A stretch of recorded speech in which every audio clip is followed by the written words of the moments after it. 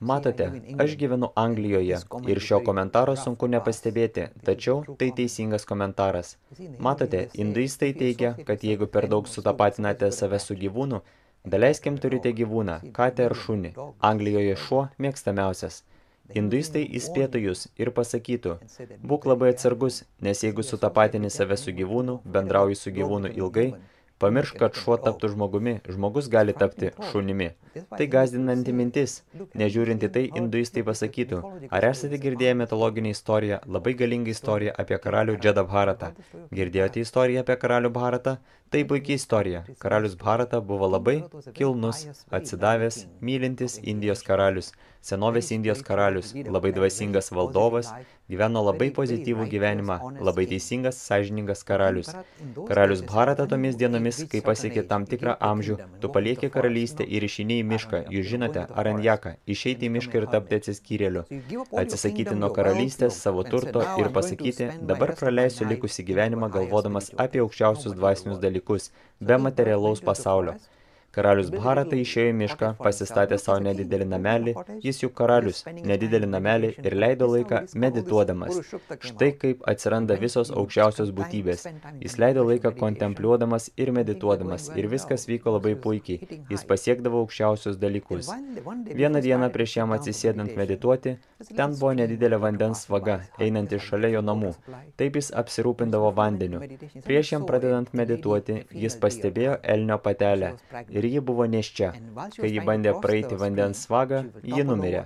Ir ji pagimdė mažą elniuką.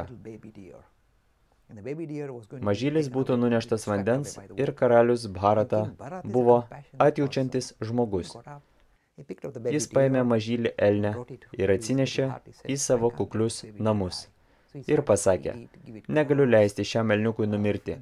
Jis pradėjo maitinti jį, duoti žolės, prižiūrėti jį ir pamilo šį elniuką. Elniukas būdavo šalia namų, valgydavo žolę, žiūrėdavo į karalių Bharatą ir buvo labai draugiškas. Karalius Bharata išvystė nepaprastai didelį prisirišimą šiam elniui, nes jis kaip vaikas gimė tiesiai prieš jį. Jis prisirišo prie šio elnio. Istorija tęsiasi. Kai karalius Bharata mirė, jis atgimė kaip elnias. Nes paskutinė mintis, Bhagavad Gita sako, kad paskutinė mintis, kurią pagalvoji prieš mirdamas, tuo ir tampi. Vargšas žmogus, jis buvo didis karalius, paskutinė mintis buvo elnias ir jis gimė elniu. Istorija labai įdomi. Ir čia ta pati idėja, gyvūnų ir žmonių santykis. Istorija toliau tęsiasi. Ir tas elnis, kadangi jo charakteris buvo aukštas, filosofinis ir gimė elnio kūne. Jo charakteris buvo toks pat, įkalintas elnio kūne. Kaip tai atsispindėjo elnio kūne? Jis eidavo tik ten, kur atsiskyrėliai medituodavo, kartodavo vedinės mantras, elnes eidavo tik ten ir klausydavo, net nežinodavo kodėl. Jis juk elnes, jis negali suprasti. Jis pragyveno visą gyvenimą kaip elnes, vaikščiodamas aplinkui atsiskyrėlius. Ir kai elnes numirė, jis vėl atgimė kaip žmogus. Ir kai jis atgimė žmogumi, jis suprato, kokią padarė klaidą paskutinį kartą. Jis per daug susidraugavo, susitapatino, prisirišo prie elnio ir atgimė elniu. Ir pasakė, šį kartą jokių kvailysčių. Tuo metu jis buvo labai išmintingas. Tai atėjo iš jo praėjusio gyvenimo. Jo charakterio savybės buvo elnyje. Tačiau kadangi jis išmoko nemalonę pamoką, jis nusprendė, kad nekalbės su niekuo. Jis pasakė, aš neprisirišiu prie nieko, įskaitant mano šeimą. Ir šis žmogus tapo atsiskyręs, kad neprisirištų prie tėvo, motinos, brolių. Jis netgi nekalbėjo su broliais. Aš nenoriu prisirišti, todėl tiesiog tylėsiu. Tai labai nemaloni patirtis gimti elniu. Jis nenorėjo to antrą kartą. Pasakė, kad nieko nedarys su visuomenė, su niekuo, jokiu žmogumi. Ir sutelkė savo dėmesį į atmą ir daugiau niekas man nesutrukdys. Ir brolių žmonos sakė, koks kvailys?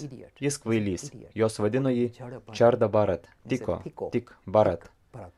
Jos sakė, šio vyro mes net neturim maitinti, kodėl mes turime rūpintis išprotėjusiu žmogumi, jis net nekalba, visiškai neturi intelekto, jos netinkamai elgėsi su juo, ir tas žmogus nieko nedaro ir nieko nekalba, ir gyveno taip. Tai karaliaus Bharatos istorija, labai įdomi istorija, ir šis žmogus laikėsi maunos, tylos, daug laiko. Principas, apie kurį kalbame, nesutapatinkite savęs su jokiu konkrečiu gyvūnu, nes ar esate pastebėję? Pamirškite dabar apie reinkarnaciją, net kai jūs matote šunis ir jų savininkus.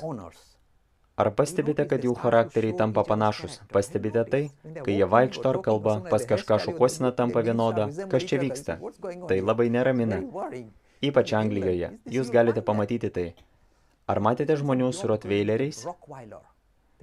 Jų charakteriai vienodi. Rotveileris toks. Žmogus su grandinėmis čia. Eina pasivaikščioti. Nebūkite per daug prisirišę. Prisiriškite prie aukštesnių dalykų, o ne žemų. Prie aukštesnių. Prisiriškite prie didingo išminčiaus. Sakykite, man patinka tai. Tuomet jūs pakilsite aukštyn. Kitaip, jeigu prisirišite prie žemesnio gyvūno, jūs nusileisite žemyn ir induistai sako, kad tai įmanoma.